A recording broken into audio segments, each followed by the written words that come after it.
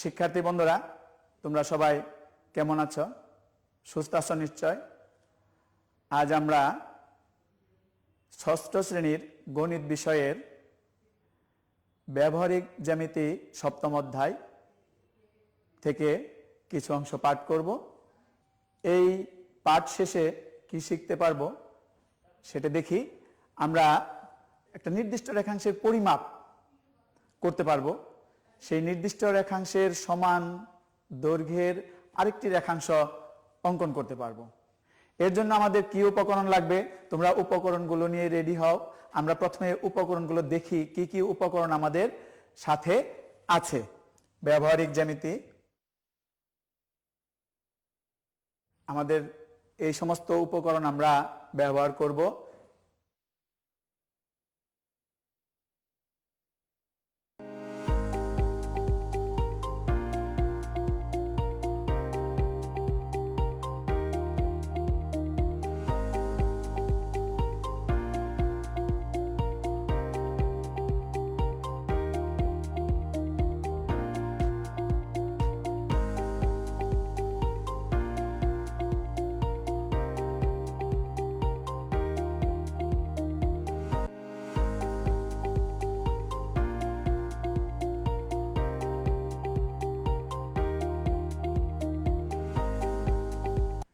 এটা চাঁদা,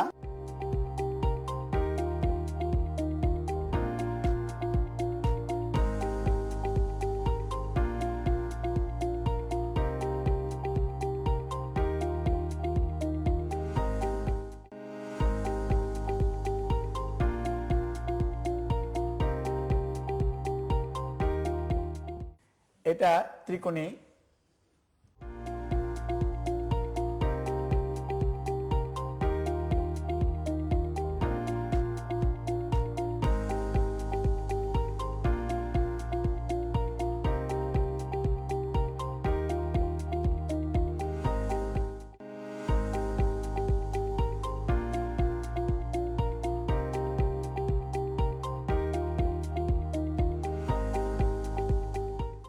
এরপরে আছে এটা পেন্সিল কম্পাস,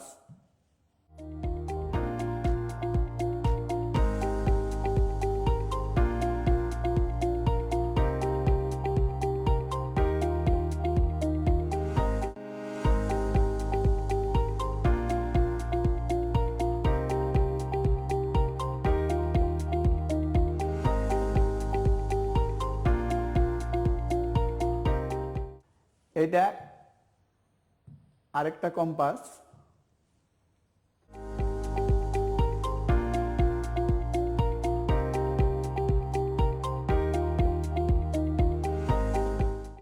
এবার আমরা একটা রেখাংশের পরিমাপ করব, একটা নির্দিষ্ট রেখাংশ, সেই রেখাংশের পরিমাপ করব। তোমরা তোমাদের বইয়ের সপ্তম অধ্যায়ের যে 126 পৃষ্ঠাতে দেখো সম্পাদ্য 1 আছে। সম্পাদ্য 1, সম্পাদ্য 1-এ দেখো আছে নির্দিষ্ট দৈর্ঘ্যের রেখাংশ আঁকতে হবে। এই নির্দিষ্ট দৈর্ঘ্যের রেখাংশ আঁকতে গেলে মনে করো প্রথমে আমরা 4.7 সেন্টিমিটার দৈর্ঘ্যের একটা রেখাংশ আঁকব। 4.7 সেন্টিমিটার। প্রথমে আমরা রুলার দিয়ে 4.7 সেন্টিমিটার আঁকানোর জন্য আমরা যে কোনো দৈর্ঘ্যের একটা রেখাংশ নিলাম। এর উপরে একটি বিন্দু নেই। এরপর আমরা প্রথমে রুলারটা নিয়ে আসি এখানে। রুলারটা আনার পরে কম্পাস দিয়ে আমরা কি করব? কম্পাসের এক প্রান্ত 0 চিহ্নিত স্থানে বসাবো, অপর প্রান্ত, তোমরা লক্ষ্য করে দেখো এটা কিন্তু ইঞ্চিতে, আমরা সেন্টিমিটারে আঁকছি, এটা রুলারটা ইঞ্চিতে করা আছে, আমরা ইঞ্চির মাপটা নেই, তোমরা সেন্টিমিটারের মাপ দিয়ে এটাকে করবা। আমরা ইঞ্চি 4. দেখো এটা হলো 4.7 ইঞ্চি। তোমরা সেন্টিমিটার, যে স্কেলের যে সাইডে সেন্টিমিটার আছে ওই সাইডের থেকে 4.7 এভাবে মাপো। মাপার পরে কম্পাসটাকে নিয়ে কম্পাসের যে কাটার প্রান্তটা এ বিন্দুতে বসিয়ে দাও। এ বিন্দুতে বসিয়ে দেওয়ার পরে যেখানে তোমার হলো পেন্সিলের প্রান্ত পড়েছে ওখানে একটা চিহ্ন করো, এই চিহ্নটার নাম দাও বি। তাহলে এই যে এ বি দৈর্ঘ্যের যে অংশটা হলো এটা হলো 4.7, এটা ইঞ্চি হয়ে গেছে। তোমাদের খাতাটা কিন্তু সেন্টিমিটার হবে, তোমরা যেহেতু সেন্টিমিটারে মাপ নিয়েছ। এরপরে আমরা আরেকটা অংশ করব, সেটা হলো এরকম একটা নির্দিষ্ট রেখাংশ থাকবে, সেই রেখাংশের সমান করে আরেকটা রেখাংশ আমরা আঁকবো। নির্দিষ্ট একটা রেখাংশ থাকবে, কিরকম? এটা কিন্তু আমাদের সম্পাদ্য 2 এর মধ্যে আছে। দেখো তোমরা বইটা একটু খুলে দেখো, বইয়ের মধ্যে লেখা আছে সম্পাদ্য 2, প্রদত্ত রেখাংশের সমান করে রেখাংশ আঁকতে হবে। প্রদত্ত রেখাংশের সমান করে, যে রেখাংশটা দেওয়া আছে আমাদের নির্দিষ্ট রেখাংশ এবি, এবি রেখাংশের সমান করে, এবি রেখাংশের সমান করেই আমরা এখানে একটা রেখাংশ আঁকবো। তোমরা সবাই রেডি তো? আচ্ছা ঠিক আছে, প্রথমে আমরা এই এবি রেখাংশের মাপটা নেই এক কম্পাসের সাহায্যে। এই এক প্রান্ত এখানে বসিয়ে কম্পাসটাকে ইচ্ছে মতো প্রয়োজন মতো ফাঁকা করে দাও, ফাঁকা করে দিয়ে এই মাথার সাথে মিলিয়ে দাও। বাস, এইটা আমরা মাপটা নিলাম। কম্পাসটা পাশে সরিয়ে রাখো। এরপরে আমরা যে কোনো একটা রশ্মি নেব। রুলার হাতে নাও, রুলার, এই রুলার, রুলার এখানে নিচে বসাও। নিচে বসাইয়া এই রুলারের মধ্যে একটা রশ্মি আমরা নিলাম, এটার নাম দেই আমরা সি, এবং এই পাশে দিলাম হলো ই। দিয়েছো সবাই? সিই। এখান থেকে আমরা এবি রেখাংশের সমান করে কাটবো। এই যে কম্পাসটা আছে, কম্পাসটা আমরা মাপ দিয়ে রেখেছিলাম, ওই কম্পাসটার কাটার সাইডটা এই সি এর এক পাশে বসিয়ে দাও। সি এর এখানে বসিয়ে দাও। বসিয়ে দেওয়ার পরে এই পাশে পেন্সিল দিয়ে এখানে কেটে নাও। পেন্সিল দিয়ে এখানে কেটে নাও। এই কেটে নেওয়া অংশটার নাম দাও ই। ইটা এখানে না দিয়ে এখানে দিলে ভালো হতো। আমরা ইটা এখান থেকে মুছে নেই, মুছে নিয়ে ইটা এখানে দিয়ে দেই। এই সিই রেখাংশটা হলো এবি রেখাংশের দৈর্ঘ্যের সমান। আঁকতে পেরেছো সবাই? তাহলে এইভাবে আমরা একটি রেখাংশের সমান করে আরেকটি রেখাংশ আঁকতে পারবো। সবাই একটু লক্ষ্য করো, আজ আমরা কি কি শিখলাম এই পাঠ থেকে। প্রথমে আমরা নির্দিষ্ট দৈর্ঘ্যের সমান করে একটা রেখাংশ আঁকতে শিখেছি। এরপর ওই রেখাংশের সমান করে আরেকটি রেখাংশ আঁকতে পেরেছি। এখন তোমাদের একটা বাড়ির কাজ দিয়ে দিই আমি।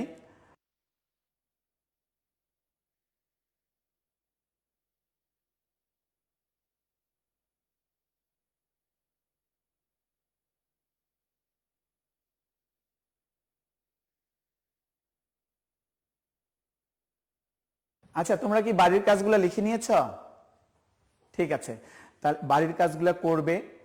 করে তোমাদের বিদ্যালয় যেদিন আবার খুলবে সেদিন তোমাদের ক্লাস টিচারকে এই বাড়ির কাজ দেখাবে। কোনো ভুল হলে সেটা তাকে দিয়ে ঠিক করে নেবে। তাছাড়াও যদি এই পাঠটা তোমাদের আবারও দেখার দরকার মনে করো, তবে কিশোর বাতায়নে এই ভিডিওর লিঙ্ক দেওয়া থাকবে, সেখানে তোমরা এই পাঠটা আবার দেখতে পারবে। এবং যদি এই পাঠ সম্পর্কে তোমাদের কোনো মতামত থাকে, ভিডিও লিঙ্কের নিচে কমেন্ট বক্সে তোমাদের মতামত প্রকাশ করবে। কোনো প্রশ্ন থাকলে জানাবে, আমরা সেই প্রশ্নের উত্তর দেওয়ার যথাসাধ্য চেষ্টা করব। আজ এ পর্যন্তই থাক।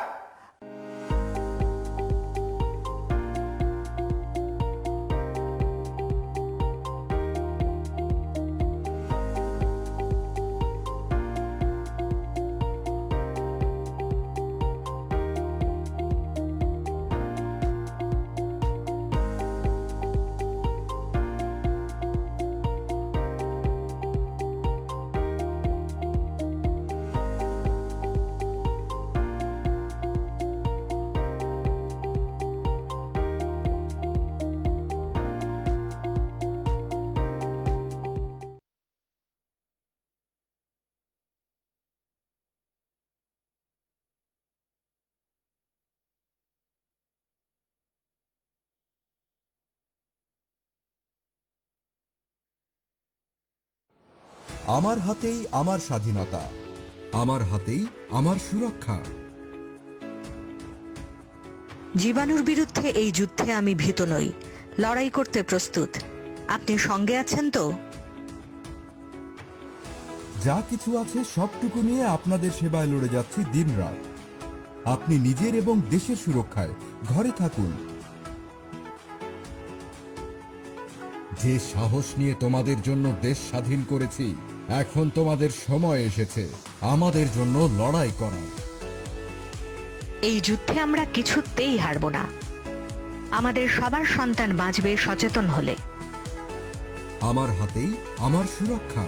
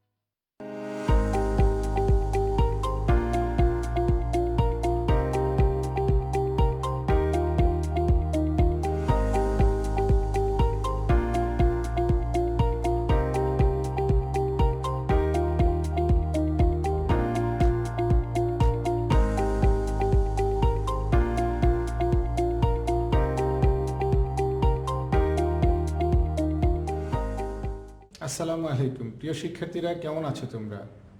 আশা করি তোমরা ভালো আছো। তোমরা সুস্থ ও সবল থাকো, আমরা এই প্রত্যাশাই করি। আজকে বাংলাদেশ ও বিশ্ব পরিচয় বিষয় নিয়ে কথা বলবো। প্রিয় ষষ্ঠ শ্রেণীর শিক্ষার্থীবৃন্দ, তোমাদেরকে নিয়ে আজকে আমরা চতুর্থ অধ্যায় নিয়ে কথা বলবো। তোমাদের খাতা, কলম এবং বই নিয়ে প্রস্তুত হয়ে যাও। প্রয়োজনীয় তথ্যগুলো খাতার মধ্যে লিখে ফেলবে। তাহলে দেখবে পাঠ শেষে যখন তোমাদের মূল্যায়নের পর্যায়ে যাব, তখন খুব দ্রুত তোমরা সঠিক উত্তরগুলো দিতে পারবে। এবং ক্লাস থেকে কার্যকরী একটি ক্লাস করার জন্য তোমাদের জন্য যেটি প্রয়োজন সেটা হচ্ছে খাতা, কলম এবং তোমার মনোযোগ থাকা প্রয়োজন। তোমরা মনোযোগ দিবে, আশা করি তোমরা এই ক্লাসটি খুব উপভোগ করতে পারবে। তোমরা খেয়াল করে দেখো এর বিষয়বস্তুটি কি আসে। পৃথিবী রেখেছে এক পাশে, আরেক পাশে অসংখ্য মানুষকে রাখা হয়েছে, অর্থাৎ জনগণ, মানুষ ভারী হয়ে গেছে পৃথিবীতে। বাংলাদেশ এবং তার চারপাশে আমরা মানুষের ছবি দেওয়ার চেষ্টা করেছি, এটা বোঝানোর চেষ্টা করেছি যে এখানে জনসংখ্যা সম্পর্কিত কোনো কিছু। তোমরা খেয়াল করে দেখো এখানে অল্প মানুষ এবং এখানে অনেক মানুষের ছবি দেওয়া হয়েছে। এই ছবিটিকে যদি আমরা একসাথে করি তাহলে কি বুঝতে চাচ্ছি? কম মানুষ থেকে বেশি মানুষে যাচ্ছে, এরকম একটি ধারণা নিয়ে আমরা আসলে আজকে ক্লাস করব। এই যে জনসংখ্যা সম্পর্কিত তথ্য, এটিকে কি বলা হয় আমরা সে বিষয়েও আজকে জানবো। আজকে পাঠ ঘোষণা করলে আমরা কি পাই তোমরা লক্ষ্য করে দেখো যে জনমিতি এই বিষয়টির সাথে আমরা আজকে পরিচিত হব এবং জনসংখ্যা পরিবর্তনে প্রভাব বিস্তারকারী উপাদানগুলো কি সেটাও আমরা জানবো। খেয়াল করে দেখো, আমরা দেখেছি কম জনসংখ্যা থেকে বেশি জনসংখ্যায় পরিণত হওয়া, তার মানে হচ্ছে কি জনসংখ্যা পরিবর্তন হচ্ছে। জনসংখ্যা পরিবর্তনের প্রভাব বিস্তারকারী উপাদানগুলো কি কি সেই বিষয়গুলো আসবে এবং তা নিয়ে আমরা আলোচনা করব। এই পাঠ শেষে তোমরা যে বিষয়গুলোর প্রতি ফোকাস করবে, অর্থাৎ তোমরা ধারণা লাভ করবে, সেই বিষয়গুলোতে আমরা খেয়াল করার চেষ্টা করছি। তোমরা জনমিতি কি তা বলতে পারবে। জনমিতি এটার সংজ্ঞা দিব আমরা, তারপরে এটা সম্পর্কে একটা ধারণা পাবে, তোমরা নিজেরাই এই বিষয়ে সংজ্ঞা প্রদান করতে পারবে। জনসংখ্যা পরিবর্তনে প্রভাব বিস্তারকারী উপাদানগুলো চিহ্নিত করতে পারবে। অর্থাৎ আমরা যখন তোমাদেরকে কোনো একটি প্রশ্ন তোমাদের সামনে উপস্থাপন করব যে এই বিষয়টি কি, এটা জনসংখ্যা পরিবর্তনে কোন প্রভাবকারী উপাদানটিকে নির্দেশ করে, তোমরা তখন এটি বলতে পারবে, এতটুকু নিশ্চয়তা দিচ্ছি। সুতরাং তোমাদের মনোযোগ খুব প্রয়োজন। তারপরে জনসংখ্যা পরিবর্তনের প্রভাব বিস্তারকারী উপাদানগুলো ব্যাখ্যা করতে পারবে। অর্থাৎ কোনো একটি উপাদান যদি আমরা বলি যে উপাদানটি ব্যাখ্যা করো কেন এটা জনসংখ্যা পরিবর্তনে ভূমিকা রাখছে, সেই বিষয়টাও তোমরা এখানে উল্লেখ করতে পারবে। প্রিয় শিক্ষার্থীরা, তোমাদের সাথে বাস্তব অভিজ্ঞতা বিনিময় করে আজকের পাঠটি আমরা সমাপ্ত করব। তোমরা খেয়াল করে দেখো যে বিষয়টি তোমাদের সামনে উপস্থাপন করেছি, আমরা বলেছি যে তোমার পরিবারে কতজন সদস্য রয়েছে। তুমি একটু কল্পনা করে ফেলো তোমার পরিবারে কতজন সদস্য রয়েছে। শুধু তুমি তোমার পরিবারের কথা মনে করো। আজকে মনোযোগ থাকবে এই বোর্ডে।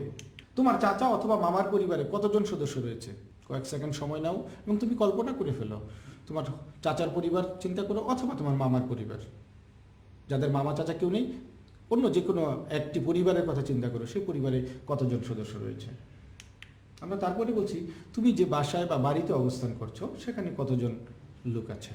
আমরা মূলত যে বিষয়টি এখানে বোঝানোর চেষ্টা করেছি, যদি তুমি ঢাকা শহরে বা অন্যান্য শহরগুলোতে যদি থাকো, তাহলে যদি ফ্ল্যাটে থাকো তাহলে একটু চেষ্টা করো ওই ফ্ল্যাটের কতগুলো পরিবারের সাথে তোমার সম্পর্ক আছে এবং তাদেরকে তুমি জানো, এই বিষয়টি দেখা। এবং ঠিক একইভাবে যদি গ্রামে তোমরা যে সকল প্রিয় শিক্ষার্থীরা আছো, তোমরা চিন্তা করো তুমি যে বাড়িতে থাকো তোমার বাড়িতে যে সকল পরিবারগুলো আছে সেই পরিবারগুলো অন্ততপক্ষে কয়েকটি পরিবারের কথা তুমি কল্পনা করো। তারপরে যে কাজটি করবে, এই বাকি তথ্যগুলো তোমরা এখান থেকে দেওয়ার চেষ্টা করবে। একটি হচ্ছে যে গত 1 বছরে এই পরিবারগুলোর মধ্যে কতজন জন্মগ্রহণ করেছে, কতটি শিশু জন্মগ্রহণ করেছে, এই তথ্যটি তুমি চট করে তুমি কল্পনা করো অথবা খাতায় তুমি লিখে রাখো।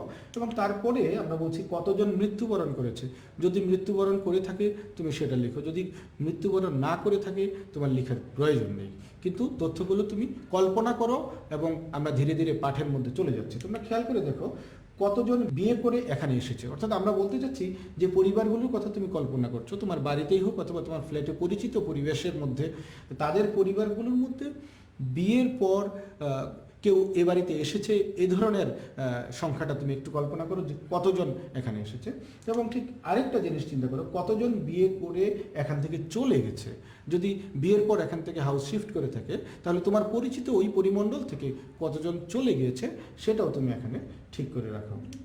এই যে তথ্যগুলো এতক্ষণ পর্যন্ত আমরা এখানে সন্নিবেশ করলাম, এই তথ্যগুলো তোমরা লক্ষ্য করে দেখো তোমাদের কোনো না কোনো দিক থেকে জনসংখ্যার কোনো না কোনো একটা পরিবর্তন হয়েছে। এই জনসংখ্যা সম্পর্কিত এই তথ্যগুলো যখন তোমার কাছে থাকবে, এটিকে আমরা কি বলি? আমরা এটিকে বলে থাকি জনমিতি। কিন্তু জনমিতির সংজ্ঞাটা কি দেব, এই বিষয়টি জনমিতি ছিল। এবার জনমিতির সংজ্ঞা দিতে গিয়ে তোমার পাঠ্যপুস্তক যে কাজটি করেছে সেটা হচ্ছে জনশব্দের অর্থ মানুষ বা ব্যক্তিকে চিহ্নিত করেছে, এবং মিতি শব্দের অর্থ পরিমাপ করা বুঝিয়েছে, পরিমাণ বুঝিয়েছে অথবা বিবরণ বুঝিয়েছে। খেয়াল করে দেখো, তাহলে আমরা যদি বলি জনমিতি, এই শব্দটি জনমিতি শব্দটিকে দুটি অংশে ভাগ করা হয়েছে, একটা হচ্ছে জন আর একটা হচ্ছে মিতি। এই জনমিতি শব্দের অর্থ বোঝাচ্ছে যে জনসংখ্যার পরিমাপ, বিবরণ ইত্যাদি। তাহলে সংজ্ঞাটিকে কিভাবে তোমরা লিখতে পারো? কোনো রাষ্ট্র বা কোনো স্থানের জনসংখ্যা বিষয়ে হিসাব নির্ধারণ করা বা পরিমাপ করাই হলো জনমিতি। আমার বিশ্বাস তোমরা খাতায় ইতিমধ্যে এটা লিখে ফেলেছ। আরেকবার বলছি, যারা এখন লিখনি তাদের জন্য কোনো রাষ্ট্র বা কোনো স্থানের জনসংখ্যা বিষয়ের হিসাব নির্ধারণ করা বা পরিমাপ করাই হচ্ছে জনমিতি।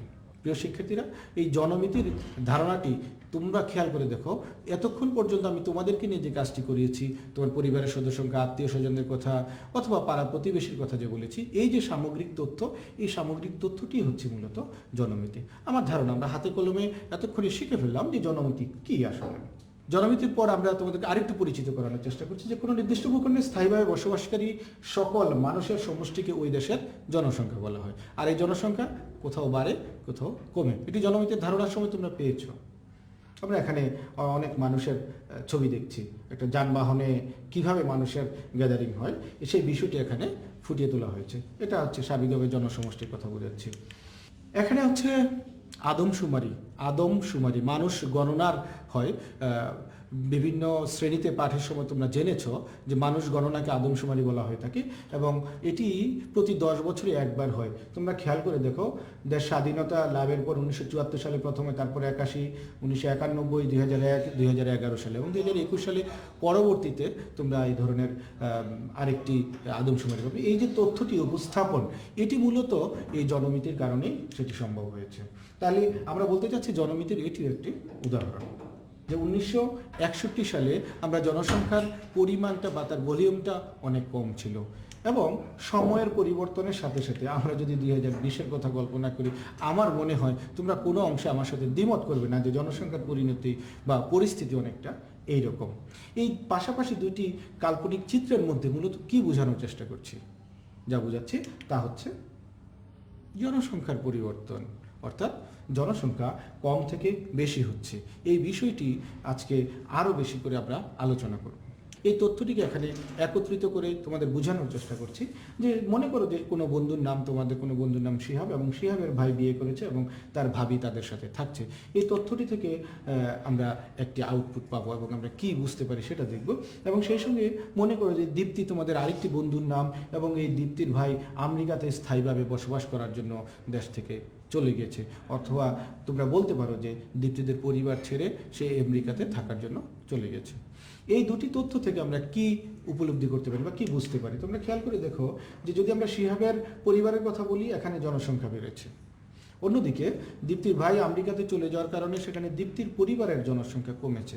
তোমরা খেয়াল করে দেখো, আমরা প্রথমে যখন দেখিয়েছি যে শিশু পরিবারে যখন এসেছে তখন যেমন জনসংখ্যা বেড়েছে, ঠিক একইভাবে যখন এক স্থান থেকে অন্য স্থানে চলে গেল তখন জনসংখ্যা কমেছে। অর্থাৎ জন্ম এবং মৃত্যুর কারণেই যে শুধু জনসংখ্যা বাড়বে কিংবা কমবে তা নয়, এছাড়াও কিন্তু আরও কারণ থাকতে পারে জনসংখ্যা বৃদ্ধি পাওয়া অথবা জনসংখ্যা কমে যাওয়ার। এই ঘটনাটির মধ্যে আমরা মূলত কি দেখে থাকি? আমরা দেখি জনসংখ্যার পরিবর্তন হচ্ছে। প্রিয় শিক্ষার্থীরা, জনসংখ্যা পরিবর্তনের আরও কতগুলো কারণ আছে, এগুলো আমরা বিশদ আলোচনা করব। জনসংখ্যা পরিবর্তনে প্রভাব বিস্তার করে এমন উপাদানগুলোর মধ্যে আমরা ইতিমধ্যেই জেনেছি জন্মহার একটি গুরুত্বপূর্ণ বিষয়, অর্থাৎ ওই যে সোনার ভাই হয়েছে, জনসংখ্যা বেড়েছে, এটি কিভাবে ক্যালকুলেট করতে বা গণনা করতে আমরা সেই বিষয়টি জানব। এবং মৃত্যুহার, যদি পরিবার থেকে কারো মৃত্যুজনিত কারণে জনসংখ্যা কমে যায় সেটিও একটি বিষয়। আমরা স্থানান্তর, এক জায়গা থেকে আরেক জায়গায় যখন চলে যায় সেই বিষয়টি নিয়ে কথা বলেছি এবং আরও তথ্য এখানে তোমাদেরকে দিব। এবং বিবাহের মাধ্যমেও দেখা যাচ্ছে যে এক স্থান থেকে অন্য স্থানে যায় কিংবা জনসংখ্যা বৃদ্ধির কিংবা জনসংখ্যা হ্রাস অর্থাৎ জনসংখ্যা পরিবর্তনের মধ্যে কোনো না কোনোভাবে বিবাহ এই উপাদানটিও প্রভাব বিস্তার করে। আরেকটি বিষয় হচ্ছে সামাজিক গতিশীলতা। সামাজিক গতিশীলতা বলতে আমরা কি বুঝি? মূলত সমাজের মর্যাদাগত পরিবর্তন যখন হয় সেটি হচ্ছে সামাজিক গতিশীলতা। সমাজে কোনো ব্যক্তির মর্যাদাগত বা অবস্থানগত পরিবর্তনকে সামাজিক গতিশীলতা বলে। আমরা এই বিষয়ে আরও ডিটেলস বলবো, কিন্তু এর কারণেও জনসংখ্যার পরিবর্তনের মধ্যে যে একটি প্রভাব পড়ে আমরা সেই বিষয়টিও এখানে দেখব। প্রিয় শিক্ষার্থীরা, আমরা জনসংখ্যা পরিবর্তনে প্রভাব রাখছে এমন উপাদানগুলির মধ্যে সবচেয়ে গুরুত্বপূর্ণ জিনিস হচ্ছে জনসংখ্যার জন্মহার। জন্মহার যদি বেড়ে যায় তাহলে জনসংখ্যা বাড়তে থাকে, অর্থাৎ জনসংখ্যা পরিবর্তনের মধ্যে একটি গুরুত্বপূর্ণ প্রভাব রাখে। তাহলে জন্মহার বলতে আমরা কি বুঝি, এই বিষয়টির সাথে আমরা তোমাদেরকে এখন পরিচিত করানোর চেষ্টা করছি। একটু হচ্ছে সাধারণত কোনো দেশে একটি নির্দিষ্ট সময়ে প্রতি হাজার নারী মোট কতজন জীবিত সন্তান জন্ম দিয়েছে সে সংখ্যাকে বোঝায়। তোমরা খেয়াল করে দেখো, তোমরা যে এলাকাতে বসবাস করো বা যে পরিবারে, যে 5 জন পরিবারের সদস্য যদি একজন জনসংখ্যা বাড়ে তাহলে আমরা বলতে পারি 5 জনে 1 জন বাড়ে। 1 জনে কত? 100 জনে কত? এটা শতকরা হিসাব, আর সাধারণত হিসাবগুলো প্রতি হাজারে করা হয়ে থাকে। বিভিন্ন তথ্যের প্রয়োজনে আমরা তোমাদের সাথে এগুলো আরও বেশি শেয়ার করব। তাহলে জন্মহার বলতে আমরা বুঝি সাধারণত কোনো একটি নির্দিষ্ট দেশে বা কোনো একটি নির্দিষ্ট অঞ্চলে বা স্থানে এক বছরে, একটু খেয়াল করে দেখবে, 1 বছর এই সময়টিকে ধরা হয় এবং প্রতি হাজার নারী যতজন জীবিত শিশু জন্মগ্রহণ করেছে, জন্ম দিয়েছেন এবং এই তাদের হারটিকে আমরা বলে থাকি প্রতি হাজারে এতজন জন্মগ্রহণ করেছে, তার মানে জন্ম হার হচ্ছে প্রতি হাজারে এত। এটিকে তোমরা শতকরায় প্রকাশ করতে পারো।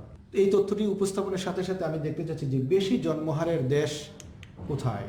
তোমরা খেয়াল করে দেখো, জনসংখ্যা সম্পর্কিত তোমরা পূর্বের যে অধ্যায়টি ছিল এশিয়া মহাদেশের জনসংখ্যা, সেখানে গিয়েও কিন্তু আমরা খেয়াল করেছি যে মূলত জনসংখ্যা বৃদ্ধির হার বা জন্মহারটি এই অঞ্চলটিতে সবচেয়ে বেশি অবস্থান করছে। তোমরা জানো বাংলাদেশের ছবি এখানে দেওয়া আছে, ম্যাপে বাংলাদেশকে নির্দিষ্ট করা হয়েছে, ইন্ডিয়াকে, পাকিস্তানকে, এবং পাশাপাশি তোমরা জানো এপাশে চীনের অবস্থানও আছে। এই অঞ্চলটাতে মূলত দক্ষিণ পূর্ব এশিয়ার এই অঞ্চলটিতে আমরা দেখি, দক্ষিণ এশিয়ার এই দেশগুলোর মধ্যে জনসংখ্যা বৃদ্ধির হার অনেক বেশি। ঠিক একইভাবে আমরা জানতে চাই যে কোথায় জন্মহার কম। সেই দেশগুলো হচ্ছে আমেরিকা, কানাডা, অস্ট্রেলিয়া এবং উন্নত আরও অনেকগুলো দেশ আছে। আমি সাধারণ কতগুলো উদাহরণ তোমাদেরকে দিলাম। আমরা তুলনা করতে চাচ্ছি বেশি জন্মহারের দেশ এবং কম জন্মহারের দেশগুলোর মধ্যে তোমাদেরকে একটি তুলনা দেখানোর চেষ্টা করলাম।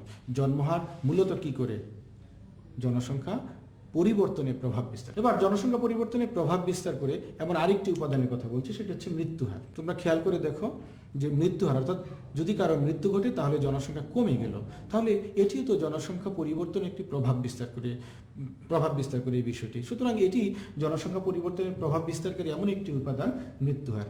এটি কিন্তু সংখ্যায় একেবারে প্রভাবশালীর দিক থেকে এটি কিন্তু কম না। জন্মহার যেমন বেড়ে গেলে জনসংখ্যা বেড়ে যায়, মৃত্যুহার বেড়ে গেলে কিন্তু আবার জনসংখ্যা কমে যায়। সুতরাং এটিও একটি প্রভাব বিস্তারকারী উপাদান। সাধারণত কোনো দেশে একটি নির্দিষ্ট সময়ে 1 বছরে প্রতি হাজারে কতজন মারা যায় তা দ্বারা মৃত্যুহার নির্ণয় করা হয়। তোমরা খেয়াল করে দেখবে, আমি তোমাদেরকে আগেও বলেছি, কোনো একটি পরিবারে বা তোমাদের এক বন্ধুর বাবা মৃত্যুর ঘটনা দিয়ে আমি তোমাদেরকে এটির সাথে পরিচিত করানোর চেষ্টা করেছি যে মৃত্যুহার বিষয়টি কি।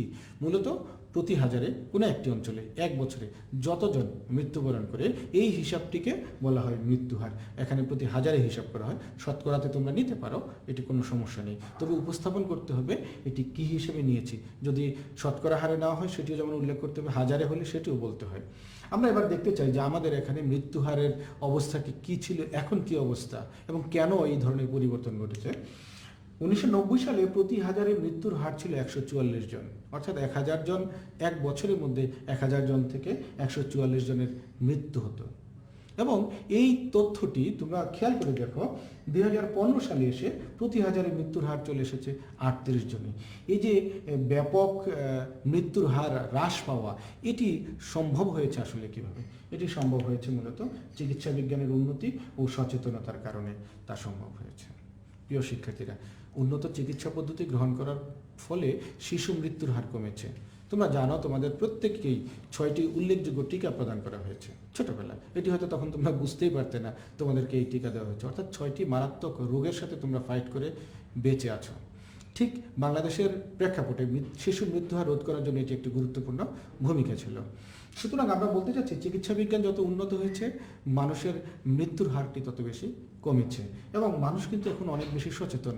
সাধারণ অসুস্থতেও তারা ডাক্তারের শরণাপন্ন হয়, চিকিৎসার শরণাপন্ন হয়, যাতে করে তারা কি করে উন্নত চিকিৎসা নিয়ে বা স্বাস্থ্যসেবাটা গ্রহণ করে সচেতনতার সাথে যে কোনো রোগকে মোকাবেলা করতে পারে, আর এর মাধ্যমেই তাদের জীবনী শক্তিটাকে অনেক লম্বা করতে পারছে। সুতরাং মৃত্যুর হারটা অনেক কমেছে উন্নত চিকিৎসা বিজ্ঞানের উন্নতির সাথে সাথে মানুষের সচেতনতার কারণে। আরেকটি তথ্য তোমাদেরকে দিচ্ছি, আমরা বলেছিলাম যে শিহাবের ভাই বিয়ে করেছে এবং তার ভাবি তাদের সাথে থাকছে, এটি একটি তথ্য ছিল এবং এই তথ্যটি কানেক্টিং করানোর প্রয়োজনেই আমি তোমাদেরকে আরেকবার উপস্থাপন করেছি।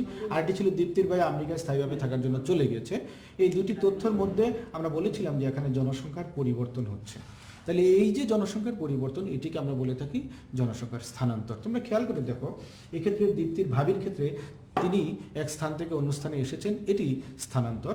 অন্যদিকে দীপ্তির শিহাবের ভাবির কথা বলছি, তিনি স্থানান্তর হয়েছেন, অর্থাৎ এক জায়গা থেকে আরেক জায়গায় এসেছেন। একইভাবে দীপ্তির ভাই আমেরিকা চলে গেছে, দীপ্তিদের পরিবার থেকে কমে আমেরিকাতে চলে গেছে, এটিও এক ধরনের স্থানান্তর। এক স্থান থেকে তিনি অন্য স্থানে বসবাস করবেন। এই দুটি বিষয়কেই আমরা বলছি যে জনসংখ্যার স্থানান্তর। তাহলে জনসংখ্যার স্থানান্তর এই বিষয়টি খুব সহজ, যে জনসংখ্যা যদি কোনো এক স্থান থেকে অন্য স্থানে চলে যায় তখন তাকে বলা হয় জনসংখ্যার স্থানান্তর। শিহাবের ভাবির ক্ষেত্রে যে ঘটনাটি ঘটেছে তোমরা লক্ষ্য করে দেখো, তিনি কিন্তু আমাদের দেশে আছেন। সুতরাং আমরা বলতে পারি যে একই দেশে থাকার কারণে এটিকে বলা হয় আভ্যন্তরীণ স্থানান্তর। অভ্যন্তরীণ স্থানান্তর অর্থাৎ দেশের ভৌগোলিক সীমারেখার মধ্যে এক স্থান থেকে যদি অন্য স্থানে যায় এটিকে বলা হয় অভ্যন্তরীণ স্থানান্তর। অন্যদিকে দীপ্তির ভাই যে কাজটি করেছে সেটি হচ্ছে আন্তর্জাতিক স্থানান্তর। তিনি বাংলাদেশ থেকে, আমরা কল্পনা করছি বাংলাদেশ থেকে তিনি আমেরিকা চলে গিয়েছেন, তার মানে হচ্ছে কি তিনি আন্তর্জাতিক স্থানান্তর, এক দেশ থেকে আরেক দেশে গিয়েছেন। খেয়াল করে দেখো, আভ্যন্তরীণ স্থানান্তরের ক্ষেত্রে আমাদের মোট জনসংখ্যা যা ছিল এখানে কিন্তু কোনো পরিবর্তন ঘটেনি। একটি পরিবার থেকে অন্য পরিবারে গিয়েছে, একটি জেলা থেকে অন্য একটি জেলায় গিয়েছে, এতে করে কিন্তু জনসংখ্যার একটি দেশের মোট জনসংখ্যার উপর কোনো প্রভাব বিস্তার করছে না। কিন্তু অন্যদিকে আন্তর্জাতিক স্থানান্তর যখন হয়, অর্থাৎ যেখানে দীপ্তির ভাই আমেরিকা চলে গিয়েছে, সেক্ষেত্রে কিন্তু বাংলাদেশের জনসংখ্যা কমেছে। আবার আমেরিকার জনসংখ্যার কথা যদি বলি, আমেরিকার জনসংখ্যা বেড়েছে। তাহলে আমরা এই তথ্যটিকে যদি সামারি করি তাহলে কি পাই? কোনো দেশের জনসংখ্যা ঠিক থাকে, অভ্যন্তরীণ স্থানান্তরে মোট জনসংখ্যার উপর কোনো প্রভাব পড়ে না। অন্যদিকে আন্তর্জাতিক স্থানান্তরের ক্ষেত্রে আন্তর্জাতিক স্থানে কোনো দেশের জনসংখ্যা ঠিক থাকে না, এটি বাড়তেও পারে কমতেও পারে। অর্থাৎ যে দেশ থেকে চলে যায় সেখানে কমে যায় এবং যে দেশে সে অবস্থান করে সে দেশের জনসংখ্যা বেড়ে যায়। তাহলে যে তথ্যগুলো আমরা পেলাম এবং আরও দুটি উপাদান রয়েছে যেটা জনসংখ্যা পরিবর্তনে প্রভাব বিস্তার করে, একটি হচ্ছে বিবাহ। বিবাহের মাধ্যমে বিশেষ করে বাল্যবিবাহ হলে জনসংখ্যা বেশি বৃদ্ধি পায়। বিবাহের মাধ্যমে জনসংখ্যা একটি পরিবর্তন তো হয়ই, একটি স্থানান্তরগত পরিবর্তন। এছাড়াও যখন জনসংখ্যা বৃদ্ধির ক্ষেত্রেও কিন্তু একটি ভূমিকা রাখে বিবাহ। এবং বিশেষ করে বাল্যবিবাহ যখন হয়, তোমরা জানো বাল্যবিবাহ বাংলাদেশে একটি সামাজিক সমস্যা হিসেবে চিহ্নিত এবং যে কারণে সরকার আইন করে এটি নিষিদ্ধ করেছে। অর্থাৎ নির্দিষ্ট বয়সসীমার আগে, অর্থাৎ মেয়েদের 18 বছর এবং ছেলেদের 21 বছর আগে বিয়ে হওয়াটাকে আমরা বলি বাল্যবিবাহ। সরকার আইন করে এটি নিষিদ্ধ করেছে। সুতরাং সমাজে বাল্যবিবাহ রোধ করার জন্য সামাজিক সচেতনতা প্রয়োজন। আমরা বলতে চাচ্ছি যে জনসংখ্যা পরিবর্তনে বিবাহ একটি ভূমিকা পালন করে এবং বাল্যবিবাহ একটি গুরুত্বপূর্ণ ভূমিকা পালন করে। কারণ বাল্যবিবাহ হলে জনসংখ্যা বৃদ্ধির হার বেড়ে যায়। এটি জনসংখ্যা পরিবর্তনে একটি গুরুত্বপূর্ণ প্রভাবক হিসেবে কাজ করে। আরেকটি বিষয় হচ্ছে সামাজিক গতিশীলতা। শুরুতে বলেছিলাম সামাজিক গতিশীলতা মানে হচ্ছে মূলত সামাজিক পদমর্যাদার পরিবর্তনকে সামাজিক গতিশীলতা বলে। অর্থাৎ মনে করো একজন লোক কম শিক্ষিত, কিন্তু তার কোনো সন্তান যখন উচ্চ শিক্ষিত হয়ে যায় তাহলে তার পদমর্যাদাগত দিক থেকে তিনি অনেক উপরে উঠে যান। তখন তিনি যেই সকল সমাজ ব্যবস্থার সাথে পরিচিত হন, যেখানে জীবনযাপন করেন, সেই জীবনযাপন পদ্ধতিতে তাদের রুচি, চিন্তা চেতনা, শিক্ষা প্রত্যেকটি জিনিসই তার মূল্যবোধগত জায়গাতে একটি প্রভাব বিস্তার করে। আমরা সামাজিক গতিশীলতা বলতে বোঝাচ্ছি যে চাকরি অথবা শিক্ষা, পেশাগত পদমর্যাদা যে কোনো কারণেই হোক, একটি ব্যক্তি যখন একটি অবস্থান থেকে অন্য অবস্থায় যায় অর্থাৎ উপরের দিকে অবস্থান করে, তখন এটিকে বলি আমরা সামাজিক গতিশীলতা। সামাজিক গতিশীলতার কারণে দেখা যায় যে শিক্ষা, দীক্ষা, চাকরি এগুলোর কারণে যদি উন্নতি হয় তাহলে তাদের যে গতিশীলতা হয় এতে জনসংখ্যা বৃদ্ধিটা কমে যায় অর্থাৎ হ্রাস পেতে থাকে। তোমাদেরকে একটি সহজ উদাহরণ দিই। তোমরা দেখবে যে সাধারণত নিরক্ষর পরিবারগুলোতে জনসংখ্যা বৃদ্ধির হার একটু বেশি থাকে, অন্যদিকে শিক্ষিত পরিবারগুলোর মধ্যে জনসংখ্যা বৃদ্ধির হার একটু কম থাকে। এর মানে হচ্ছে যে নিরক্ষর পরিবারগুলো সচেতন নয় এবং তারা জনসংখ্যা বেশি হলে যে তার ক্ষতিকর প্রভাব এই বিষয়টি সম্পর্কে তারা তত বেশি জানে না। অন্যদিকে যারা শিক্ষা, দীক্ষা বা চাকরির নানান কারণে তারা মর্যাদাগত অবস্থানটা বৃদ্ধি করেছে, তাদের আবার পরিবারের সদস্য সংখ্যা কম থাকে। এই বিষয়টিকে বলছে যে জনসংখ্যা পরিবর্তনে তাহলে সামাজিক গতিশীলতা একটি গুরুত্বপূর্ণ প্রভাব বিস্তার করে। এটি দুই দিকে হতে পারে। গতিশীলতা যদি বেড়ে যায় জনসংখ্যা কমে যাচ্ছে, আবার গতিশীলতা যদি কমে যায় অর্থাৎ মর্যাদাগত অবস্থান থেকে যদি কমে যায়, কোনো পরিবারের লোকজনের মধ্যে যদি অশিক্ষা, তারপরে হচ্ছে কুসংস্কার ইত্যাদিকে আচ্ছন্ন করে ফেলে, তাহলে জনসংখ্যা বাড়তে থাকে। তাহলে সামাজিক গতিশীলতা জনসংখ্যা হ্রাস এবং বৃদ্ধি দুটিতেই প্রভাব বিস্তার করে। এই কারণে এটি জনসংখ্যা পরিবর্তনে একটি প্রভাবক বা গুরুত্বপূর্ণ উপাদান হিসেবে কাজ করে থাকে। প্রিয় শিক্ষার্থীরা, এতক্ষণ পর্যন্ত আমরা যা পড়লাম, যা বুঝলাম, যা আত্মস্থ করার চেষ্টা করলাম, সেই বিষয়গুলো যদি আরেকবার মনে করার চেষ্টা করি, তোমরা জনমিতি কি এই বিষয়টি সম্পর্কে জেনেছ। জনমিতির পর জনসংখ্যা পরিবর্তন কিভাবে হয় এবং তার যে প্রভাবকগুলো, বেশ কতগুলো গুরুত্বপূর্ণ উপাদান তোমরা জেনেছ। জন্মহার, মৃত্যুহার, তারপর হচ্ছে সামাজিক গতিশীলতা, স্থানান্তরের কথা পড়েছ, তারপরে বিবাহ। এই উপাদানগুলো দিয়ে জনসংখ্যার যে পরিবর্তন হয় এই বিষয়টি জেনেছ। প্রিয় শিক্ষার্থীরা, এ পর্যায়ে তোমাদের পাঠ মূল্যায়নে আমি বলবো তোমরা এই উত্তরগুলো, এই ক্লাসটুকু যারা মনোযোগ দিয়ে করেছো, তোমরা এই সহজে এই উত্তরগুলো দিতে পারবে। মিতি শব্দের অর্থ কি? আমার ধারণা শুরুতেই ছিল, এবং তোমরা চট করে খাতায় লিখে ফেলতে পারো মিতি শব্দের অর্থ কি। এবং জন্মহার কি, আমি এটি সংজ্ঞা দিয়েছি। জন্মহার কি তোমরা এখানে অবশ্যই খেয়াল রাখবে, একটা নির্দিষ্ট অঞ্চল, এই জায়গাটিকে সংজ্ঞা দেওয়ার সময় খেয়াল রাখতে হবে। আরেকটা হচ্ছে বছর, ঠিক কতটুকু সময়ে এটিকে ক্যালকুলেট করা হয়, এই 1 বছর এই টার্মটি ব্যবহার করবে এর সাথে। শিশু মৃত্যুহার হ্রাস পাওয়ার কারণ কি, এই কথাটিও কিন্তু আজকের পাঠের আলোচনার সাথে এসেছে, যে শিশু মৃত্যুর হার কেন হ্রাস পাচ্ছে, এর উত্তরও তোমাদের জানার কথা। প্রিয় শিক্ষার্থীরা,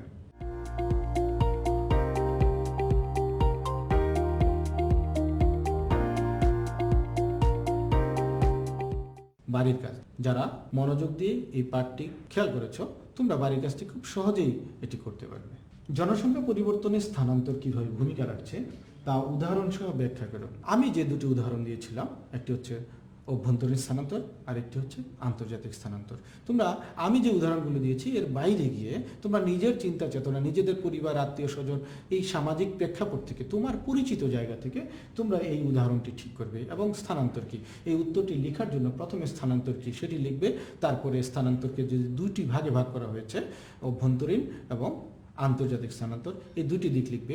কোন কোন উদাহরণ দিয়ে তুমি বুঝাবে যে এটি অভ্যন্তরীণ স্থানান্তর সেটি নিশ্চিত করবে, এবং তোমরা আন্তর্জাতিক স্থানান্তরের বিষয়টা কি, কোন কোন বিষয়গুলো আন্তর্জাতিক স্থানান্তরের অন্তর্ভুক্ত সেই বিষয়টি তোমরা সেখানে উপস্থাপন করবে। ঠিক এভাবে তোমার স্থানান্তরের এই বিষয়টির চমৎকার ব্যাখ্যা খাতার মধ্যে লিখবে।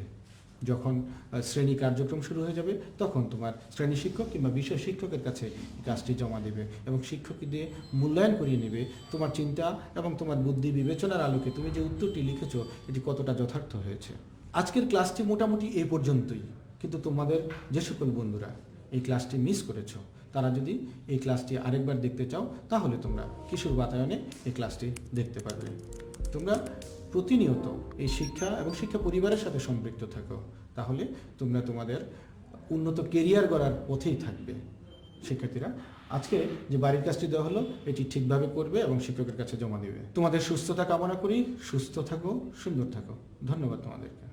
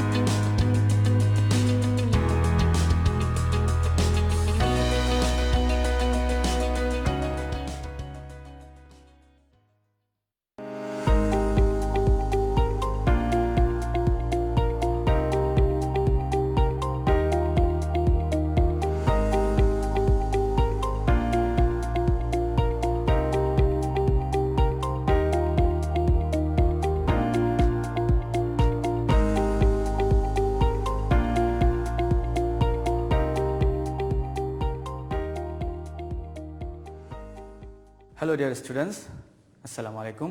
How are you? I hope you are all fine and you are ready for today's class. Today we are going to discuss about a very important part of English grammar. As you are students of class 7, I hope you got some prior ideas about right form of verbs. As we are discussing about right form of verbs, I am not going to discuss some very easy things which you have learned in class 6. Today we are going to discuss some very important and a bit difficult rules of right form of verbs. Now these rules are going to be an important asset for your whole life. Not only the students of class 7 but also the students of class 9, 10, 11, 12. Everyone will be benefited by this class. This is going to be a real charger. So let me tell you again, today I am going to discuss some tough rules, a bit difficult rules. Now before I begin, I would like to draw your kind attention to these things. I know you have got some ideas about it, but to remind you again, so I am writing these things. I have written these things so that you have understood or you will understand it better when I will discuss the rules. Number one thing that I have written here is the base form. We know the base form is the V1 work. This is the base form. Number two is past form. V2 is the past form worked. So when I will tell you about V1, I am actually telling about this base form. When I am telling you about past form, I am telling you about V2. Then comes past participle form. This is the V3 form. In short, we define these things. So this is the past participle form of this V1 worked. Then the gerund form, verb plus ing, working, acting like a noun. S or es or ies form, works. So work is the main verb here. S is added because the subject may be third person singular number. That's why this is the change here. And another thing is that clause, because lots of things will be discussed based on this clause. So you should have this idea about clause. Clause is the subject verb combination. I mean, there will be a subject and there will be a finite verb, and it will have a very good idea. We know there are also classification of clause, but today we will discuss lots of things where clause this term will come. So we are going to discuss some very important and a bit difficult rules now.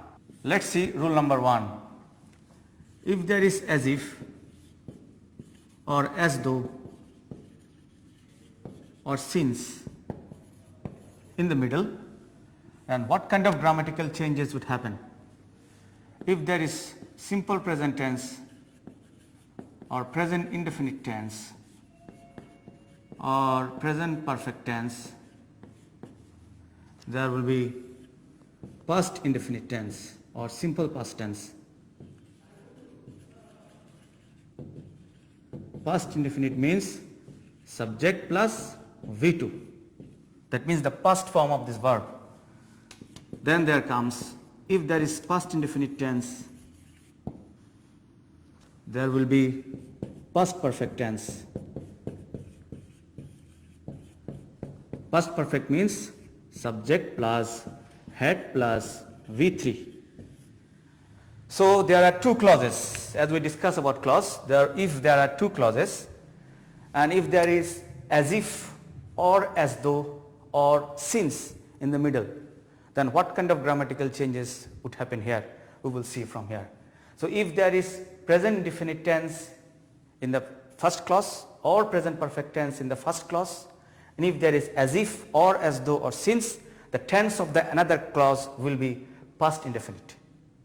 If the first clause is past indefinite, if as if or as though or since is there, then it will follow past perfect tense. That means subject plus head plus V3. That means the past participle form. Now let's see some examples.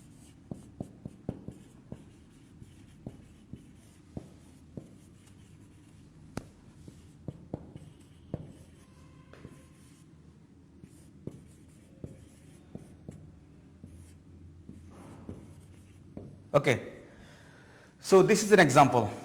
It is many years since is there, then I meet you. So what is the tense here? It is present indefinite tense or simple present tense. Since is in the middle. Then according to this rule, let's see, if present indefinite tense is the first clause, so this is the first clause. Since is there in the middle, then the tense will be past indefinite tense. So here it will be M-E-T, met. Present indefinite tense, since is there in the middle, then it will be past indefinite tense. That means the V2. See, this is the structure, subject plus V2, subject plus V2. Let's see another example. If it is the same case, then what kind of problems will be there?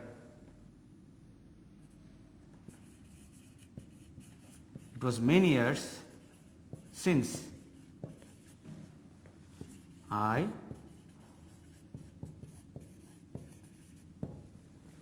here the first clause past indefinite tense or simple past tense. since is there in the middle. So since is there in the middle, past indefinite tense is there. So it will follow past perfect tense. Here something like this. So here the change will be subject, subject is there, plus past perfect, that means the had, plus V3 met. So this will be the case. So the change will be here, I had met you. Since in the middle, past indefinite in the first clause, past perfect will be in the second clause. I hope if you follow these examples, if you can remember this formula, any question, any problem regarding this will be solved.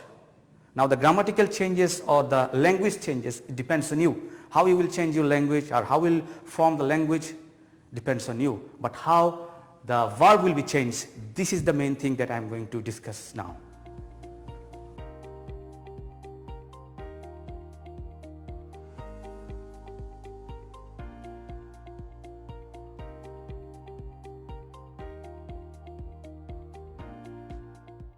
Now rule number 2, present perfect or present perfect continuous.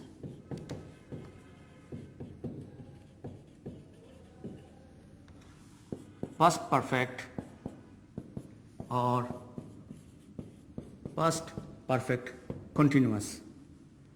So for and since, period of time, point of time.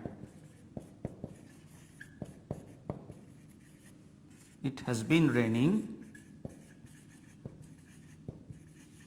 since morning.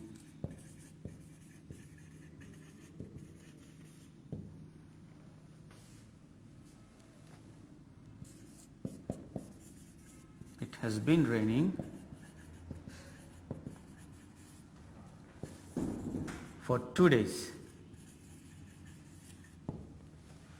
So the structure is, if there is present perfect tense or present perfect continuous tense, past perfect or past perfect continuous tense, for and since, for actually refers to period of time and since refers to point of time. So look at the example, it has been raining since morning. It has been raining for 2 days. Here we are very specific about this time. Since, point of time, that means the time is fixed. From morning the rain has started. And here for 2 days, we don't know from when, or whether it is from Friday or from Saturday or from Sunday, we don't know. So time is not specific here. So for period of time and for since, point of time. So these two things you should have in your brain, for period of time and since for point of time.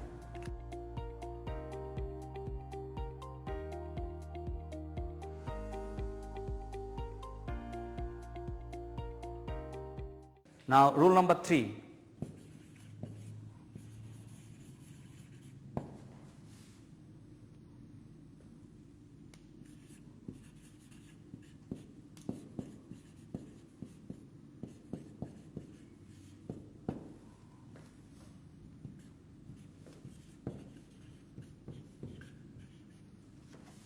After plus subject plus past perfect tense.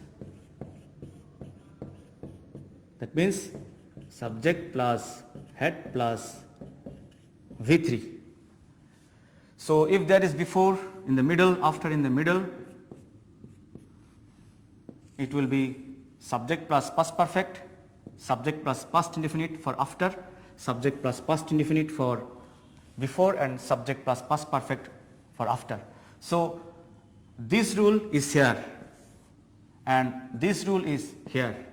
The change is for before and after. So let's see some examples.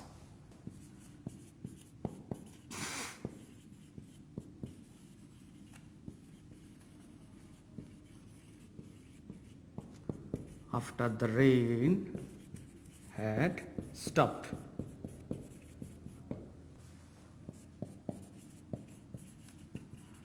rain had stopped before we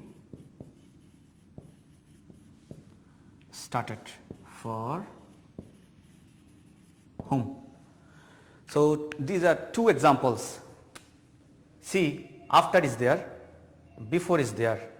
The tense is past indefinite tense or simple past tense, and here after is there, the tense is past perfect tense. That means subject plus head plus V3. Here before is there in the middle, and the tense is past perfect, and the tense of another clause is past indefinite subject plus V2. So remember, when there is after, when there is before, this kind of grammatical changes will be done considering that very important tense. Tense is changing for after and for before.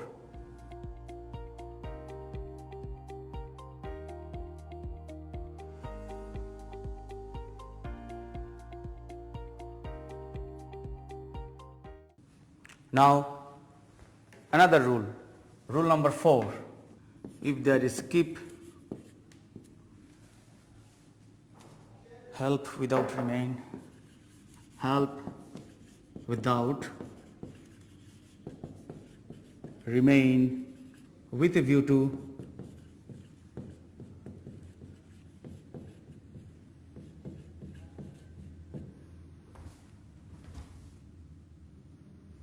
look forward to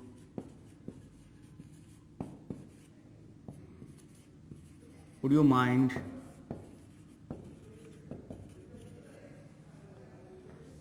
cannot help plus verb plus ing. This is a very important grammatical rule. Now the example is, he went to his friend's house with a view to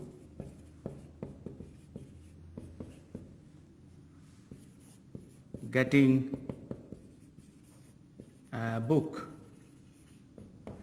So according to this rule, if there is skip or help or without or remain or with a view to, look forward to, would you mind or cannot help, after that the verb will take an ing. This is the most important thing. So give your concentration over here.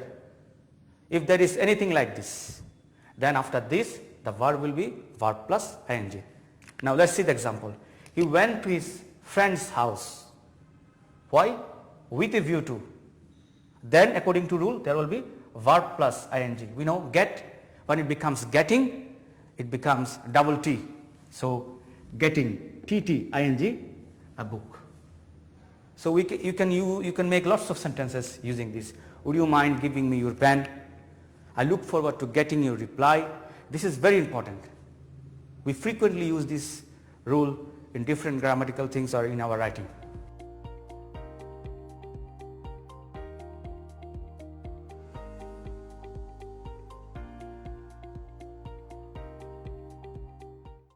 So let's focus on another rule. Rule number 5. If there is desire, promise, decide, dare, hope. Decide, dare, hope, want, refuse, expect. Want, refuse, expect. Wish, offer. Wish or offer. There will be to plus verb.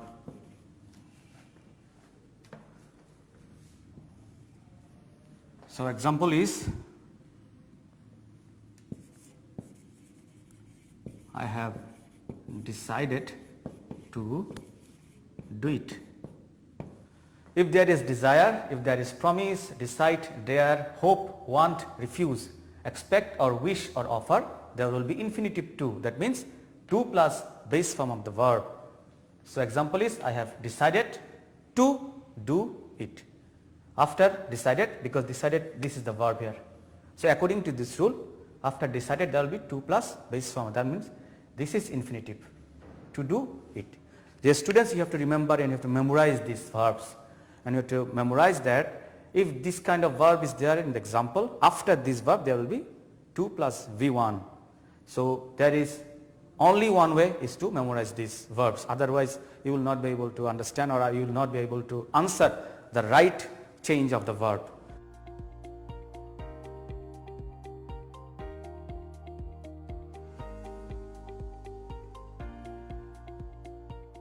Now focus on the next rule.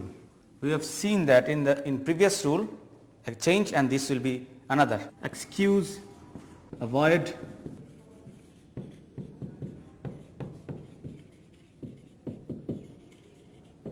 pardon, suggest,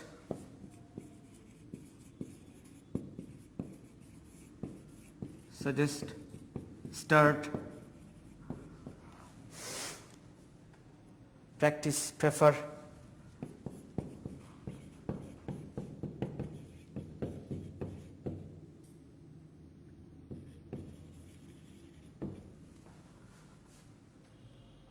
finish, enjoy,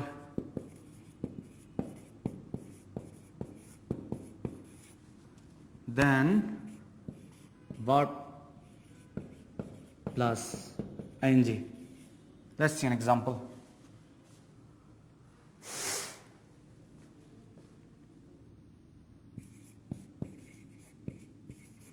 Stop doing your work.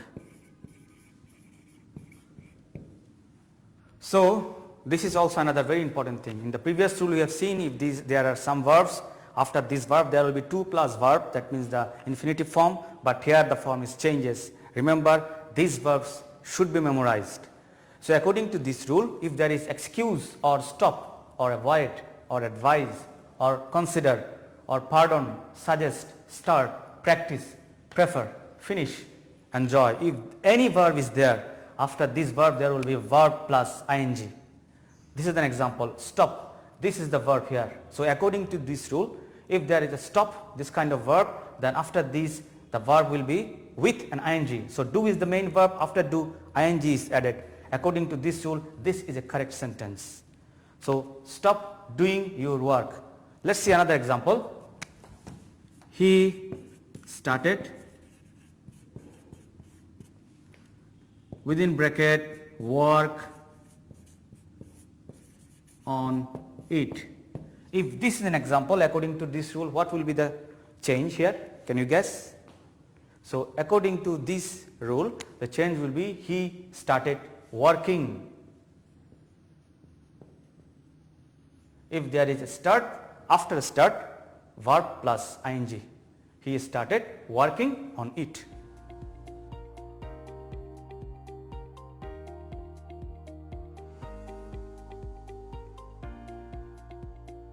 Another rule. This is rule number 7. If there is it is time or it is high time,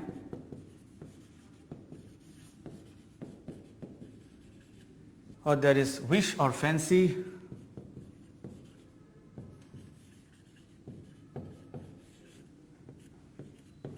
subject plus V2. It is high time we did our job. If this is the case, then according to this rule, if there is it is time or it is high time or wish or fancy, if there is a subject, then after this subject there will be the past form of the verb. So you have to remember these things.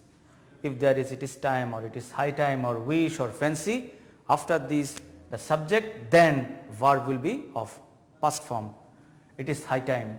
So according to this, it is high time is there. Then the subject is we. Then after this, according to this rule, verb will be V2. That means do is the main verb, it becomes V2, that means it becomes did our job. So you can give another example. Let's see. I wish this is an example, another example. I wish I write a poem. So according to this rule, if there is a wish is there, then what kind of changes will be there? If there is subject is here, then the right will be wrote. The V2 form. So look at this example and look at this rule. You will see this is exactly following the rule is written.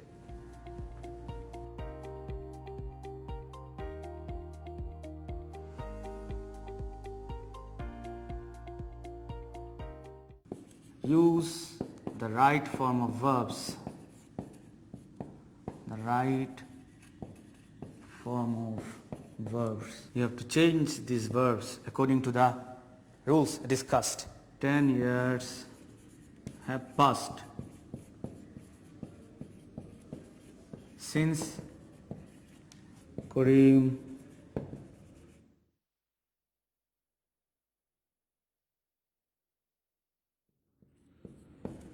his father. So you have to write what kind of changes will be there with the verb. 5 years passed since I meet you. The doctor, after the patient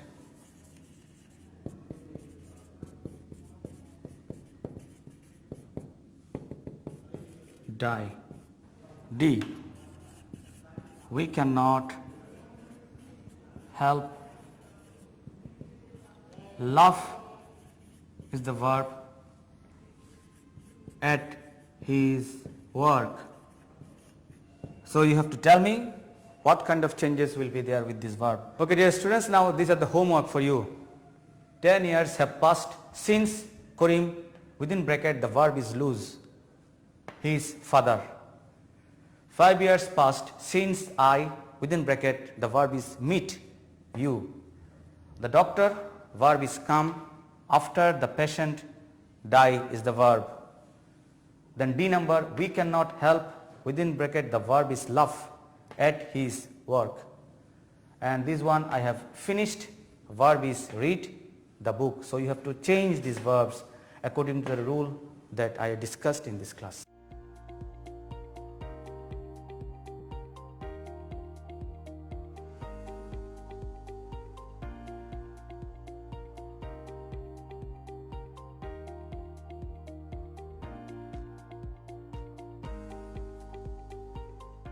I hope you enjoyed this class. You will get this video in Kishore Batayan. If you want, you can pass your comments over there. All the best wishes for you. Thank you.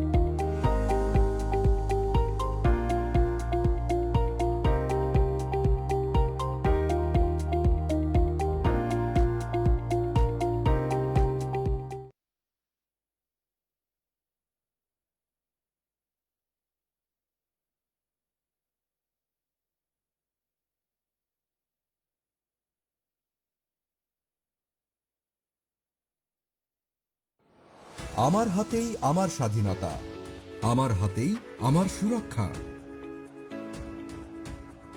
জীবাণুর বিরুদ্ধে এই যুদ্ধে আমি ভীত নই, লড়াই করতে প্রস্তুত। আপনি সঙ্গে আছেন তো? যা কিছু আছে সবটুকু নিয়ে আপনাদের সেবায় লড়ে যাচ্ছি দিনরাত। আপনি নিজের এবং দেশের সুরক্ষায় ঘরে থাকুন। যে সাহস নিয়ে তোমাদের জন্য দেশ স্বাধীন করেছি, এখন তোমাদের সময় এসেছে আমাদের জন্য লড়াই করার। এই যুদ্ধে আমরা কিছুতেই হারব না। আমাদের সবার সন্তান বাঁচবে সচেতন হলে। আমার হাতেই আমার সুরক্ষা।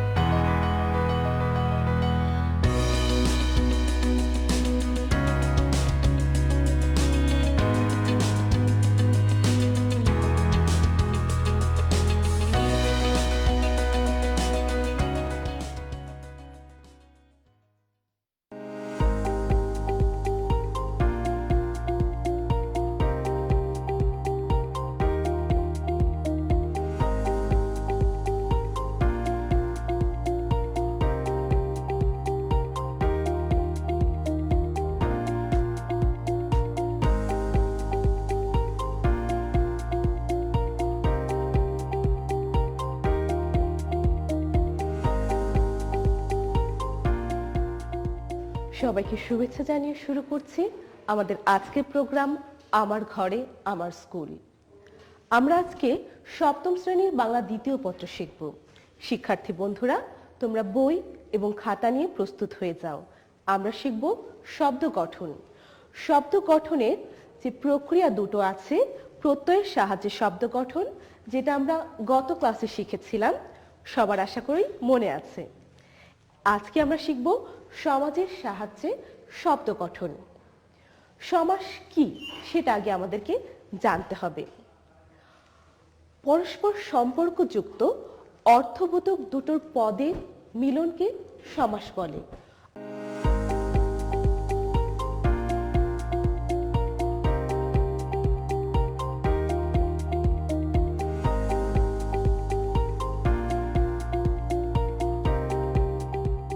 দুটো পদের মিলন হতে গেলে অবশ্যই তাদের মধ্যে একটা সম্পর্ক থাকতে হবে। আমরা একটু খেয়াল করছি।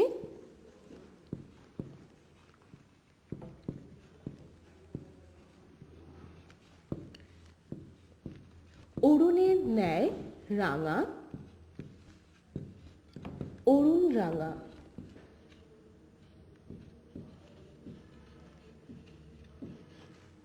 এখানে আমরা দেখতে পাচ্ছি যে অরুণ অর্থাৎ সূর্যের মতো রাঙা কোনো কিছুকে বোঝানো হচ্ছে। আমরা একটা শব্দে প্রকাশ করছি, অরুণ রাঙা। এভাবে সমাস প্রতিনিয়ত যুক্ত হয়ে নতুন নতুন শব্দ গঠন করছে। দিন দিন, প্রতিদিন।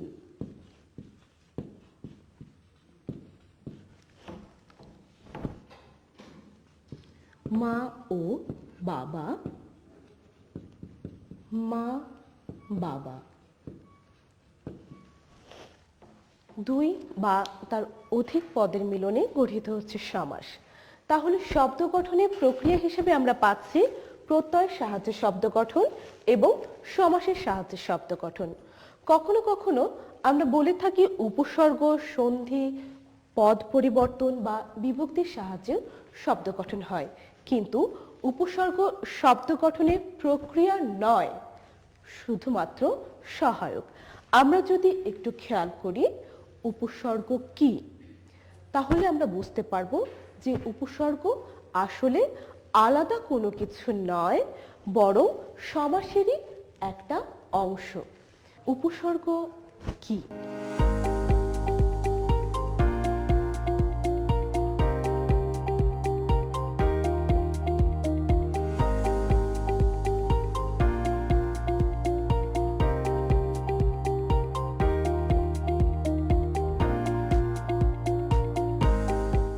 উপসর্গ হলো কিছু অব্যয়সূচক শব্দ যা নাম শব্দ বা ধাতুর পূর্বে বসে, অর্থাৎ আগে বসে নতুন শব্দ গঠন করে। আমরা একটা উদাহরণ দেখে নিচ্ছি। বি যোগ হার, বিহার বা ভ্রমণ। সু যোগ নাম, সুনাম।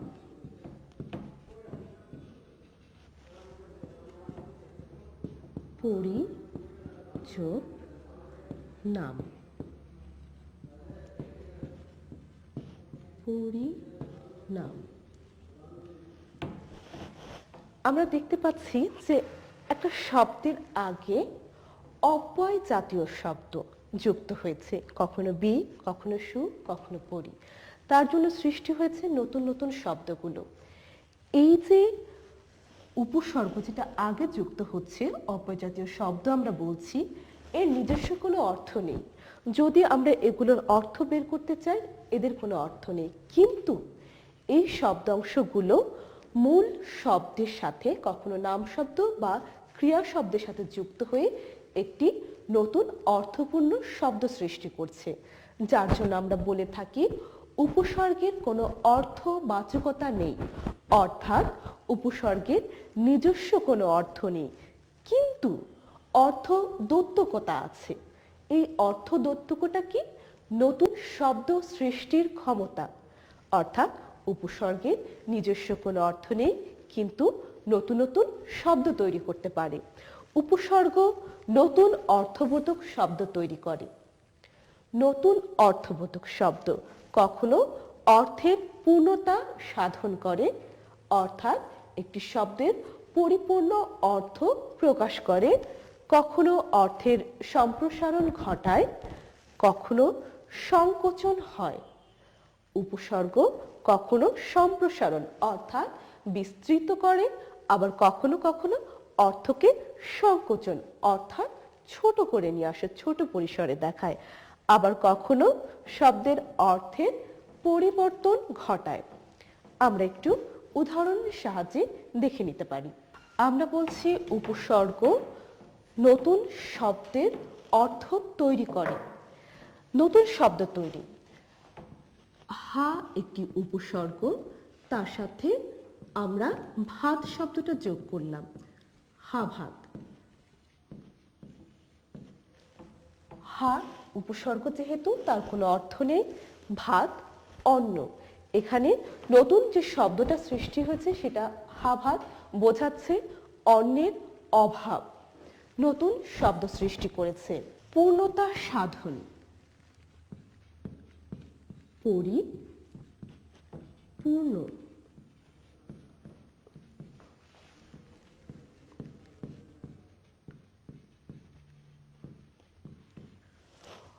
আমরা এখানে দেখতে পাচ্ছি পূর্ণ বলতে কোনো কিছু বোঝায়, হওয়াকে বোঝায়।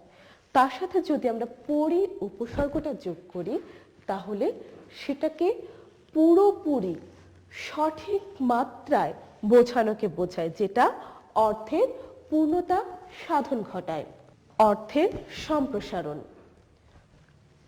আবার অর্থের পরিবর্তন ঘটায়। অর্থের সম্প্রসারণ হলো অর্থকে বিস্তৃত অর্থে ব্যবহার করা, যেটা আমরা পরিপূর্ণতেও বোঝাতে পারি। এরপরে আছে অর্থের সংকোচন। আমরা অযোগ করেছি, তার সাথে ভাব, অভাব, যেখানে বোঝাচ্ছে অর্থের শব্দের অর্থটা কমে এসেছে, সংকোচন হয়েছে।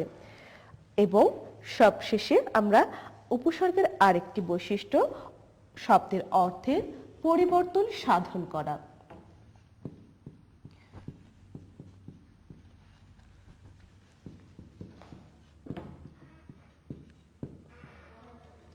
উপকথা, এখানে কথা বলতে আমাদের বাচনকে বোঝানো হয়ে থাকে, কিন্তু সেই কথার আগে যখন আমরা উপশব্দটি যোগ করছি সেটা হয়ে যাচ্ছে এক ধরনের গল্পের ধারা, যেখানে আমরা দেখতে পাই যে পশু পাখি মানুষের মতো কথা বলছে, উপকথা। তাহলে আমরা দেখতে পাচ্ছি যে উপসর্গ কি করছে, নতুন অর্থবোধক শব্দ তৈরি করছে, অর্থের পূর্ণতা সাধন করছে, সম্প্রসারণ ঘটাচ্ছে, সংকোচনও করছে কখনো কখনো, আবার কখনো কখনো অর্থের পরিবর্তন সাধন করছে। এই যে আমরা বাংলা ভাষায় উপসর্গগুলো ব্যবহার করি, সেই উপসর্গগুলো কয় ধরনের জানা আছে কারো? আমি বলে দিচ্ছি, উপসর্গ 3 ধরনের। আমরা জানি যে আমরা বাংলা ভাষায় যে শব্দগুলো ব্যবহার করি, সেই শব্দগুলো আমাদের নিজস্ব বাংলা ভাষা, যেটাকে আমরা বলি খাঁটি বাংলা শব্দ, আছে কিছু সংস্কৃত শব্দ এবং সেই সাথে আছে প্রচুর বিদেশি শব্দ, যেগুলো অন্য অন্য ভাষা থেকে আমাদের ভাষায় এসেছে। উপসর্গ মূলত 3 প্রকার। বাংলা উপসর্গ, আমরা বাংলা ভাষায় নিজস্ব যে শব্দগুলো ব্যবহার করে থাকি, সেই শব্দের আগে যে অব্যয় জাতীয় শব্দাংশগুলো যুক্ত হয়ে নতুন শব্দ সৃষ্টি করে, সেগুলো বাংলা উপসর্গ।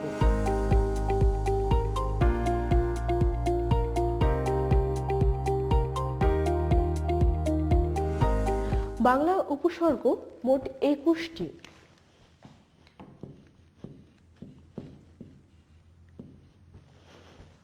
অ, অজ, অনা, অঘা, এভাবে বাংলা ভাষায় মোট 21টি উপসর্গ রয়েছে। বাংলা উপসর্গ। তৎসম বা সংস্কৃত উপসর্গ, সংস্কৃত ভাষা থেকে আমরা যে শব্দগুলো পেয়েছি, সেই শব্দের প্রথমে বা পূর্বে যে অপরজাতীয় শব্দাংশগুলো যুক্ত হয়ে নতুন শব্দ গঠন করেছে, সেগুলোকে আমরা বলছি সংস্কৃত উপসর্গ বা তৎসম উপসর্গ।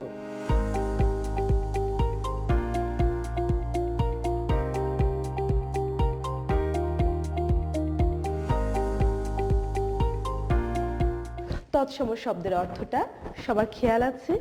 তৎসম, তার সমান, সে তারটা হলো সংস্কৃত। এবং আছে বিদেশি উপসর্গ। তৎসম উপসর্গ আছে আমাদের 20টি। প্র, পরা, পরি, অপর, সম, এগুলো হলো তৎসম বা সংস্কৃত উপসর্গ।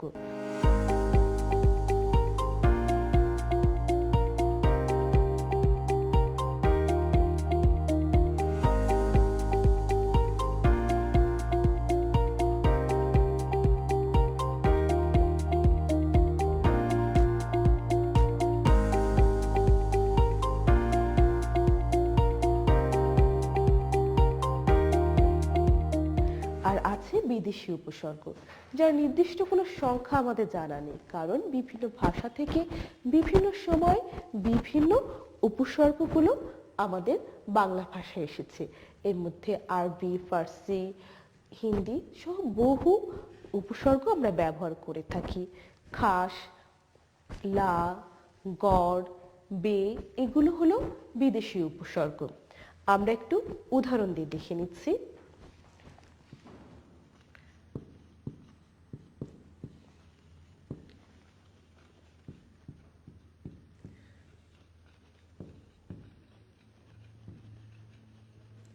খাস কামড়া, লা জবাব,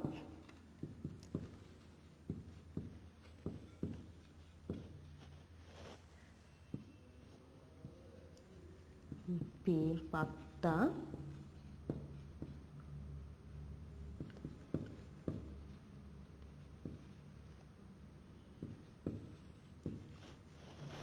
এমনি বিভিন্ন উপসর্গ বাংলা ভাষায় আছে। বাংলা উপসর্গ এবং তৎসম উপসর্গ যে 21টি এবং এই 20টি, এই উপসর্গের মধ্যে 4টি উপসর্গ আছে, যেটা বাংলাতেও আছে আবার সংস্কৃততেও আছে। সেটা হলো আ, সু, বি এবং নি। এই 4টি উপসর্গ আমরা বাংলার 21টির মধ্যেও পাই, আবার এই 20টির মধ্যেও পাই। বাংলা উপসর্গগুলো খুবই সহজ, মনে রাখা খুবই সহজ এক বিষয়। এখানে এই উপসর্গগুলো দেখা যাচ্ছে আমরা প্রতিনিয়ত আমরা যে ভাষায় কথা বলছি, আমাদের সাধারণ কথাবার্তা, সেখানে আমরা ব্যবহার করে থাকি। একটু মনোযোগ দিয়ে যদি আমরা লক্ষ্য করি, তবে আমরা আবিষ্কার করব কথা বলতে বলতে, নতুন শব্দগুলো সাথে পরিচিত হব, যেগুলো আমরা প্রতিদিন ব্যবহার করি কিন্তু জানতাম না যে এগুলো উপসর্গযোগে গঠিত শব্দ। যেমন আর সাথে যদি আমি কণ্ঠ যুক্ত করি, আকণ্ঠ, যেটা সংস্কৃত উপসর্গ। আবার আর সাথে যদি আমি ধোয়া শব্দটা যুক্ত করি, তাহলে সেটা বাংলা উপসর্গ। সু, তার সাথে নাম যুক্ত করলাম, সুনাম।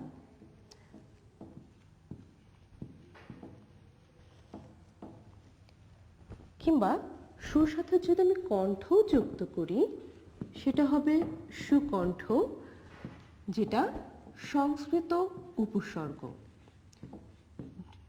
সংস্কৃত উপসর্গে গঠিত শব্দ। পথ যদি যুক্ত করি, বিপদ, বাংলা উপসর্গ। আবার যদি পক্ষ যুক্ত করি, তবে সেটা সংস্কৃত উপসর্গ।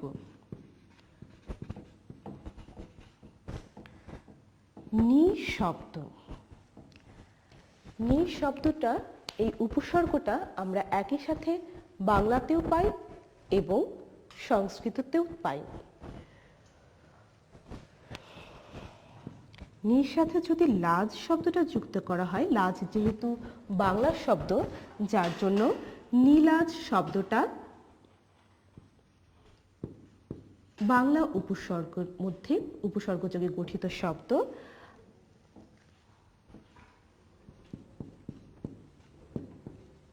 নির্ণয় শব্দটা সংস্কৃত উপসর্গযোগে গঠিত শব্দ।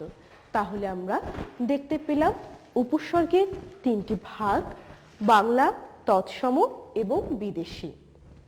সুপ্রিয় শিক্ষার্থীরা, আমরা দেখলাম যে শব্দ গঠনের প্রক্রিয়ায় আমরা পেয়েছি প্রত্যয় যোগে এবং সমাস যোগে গঠিত শব্দ গঠনের উপায়। আর তাছাড়া আছে উপসর্গ, যেটা শব্দ গঠনের প্রক্রিয়া নয়, সহায়ক। আছে সন্ধি, সন্ধি যোগে আমরা শব্দ গঠন করে থাকি, কিন্তু সন্ধি প্রত্যয়ের মধ্যেই পড়ে। আবার পদ পরিবর্তন করে নতুন শব্দ গঠন, সেটাও কিন্তু প্রত্যয়েরই একটা অংশ। আছে বিভক্তি, বিভক্তি নতুন শব্দ গঠন করে না, বিভক্তি শব্দকে বাক্যে ব্যবহারের উপযোগী করে তোলে। তাহলে শব্দ গঠনের প্রক্রিয়া আমরা পাচ্ছি দুটি, একটা হচ্ছে প্রত্যয়ের সাহায্যে গঠিত শব্দ, আরেকটা হলো সমাসের সাহায্যে গঠিত শব্দ। তোমাদের খেয়াল আছে সমাস কাকে বলে? একটু স্মরণ করিয়ে দিচ্ছি। পরস্পর সম্পর্কযুক্ত দুই বা তার অধিক পদের মিলনকে আমরা বলছি সমাস। আমরা পড়েছি আজকে উপসর্গ। উপসর্গ কি সেটাও নিশ্চয়ই সবার খেয়াল আছে। আবারও বলে দিচ্ছি, উপসর্গ হলো অব্যয় জাতীয় শব্দাংশ, যেটা ক্রিয়া শব্দ বা নাম শব্দের পূর্বে বসে নতুন শব্দ সৃষ্টি করে। কখনো কখনো শব্দের পূর্ণতা সাধন করে, কখনো সম্প্রসারণ ঘটায়, কখনো বা সংকোচন, কখনো বা পরিবর্তন ঘটায়। উপসর্গ কয় প্রকার সেটা খেয়াল আছে? উপসর্গ তিন প্রকার, বাংলা উপসর্গ, সংস্কৃত উপসর্গ এবং বিদেশি উপসর্গ।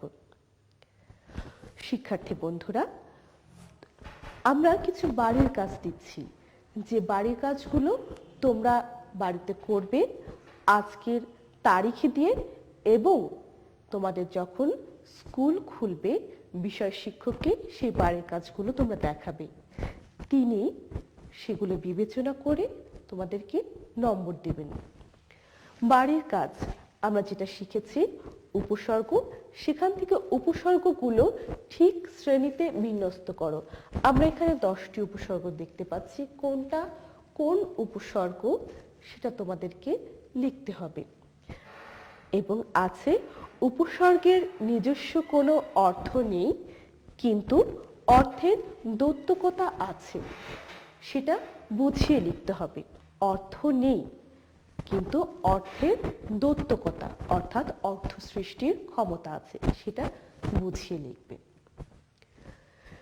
শিক্ষার্থীরা, তোমরা যদি তোমার কোনো কিছু বুঝতে না পারো, তোমাদের যদি কোনো প্রশ্ন থাকে কিংবা যদি কোনো মন্তব্য থাকে, তাহলে তোমরা কিশোর বাতায়ন নামে যে ওয়েবসাইটটা আছে সেখানে তোমরা তোমাদের মন্তব্য অথবা প্রশ্নগুলো করতে পারো।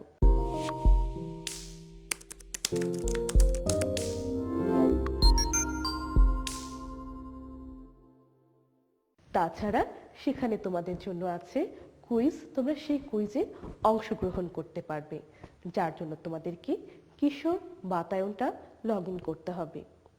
ধন্যবাদ সকলকে।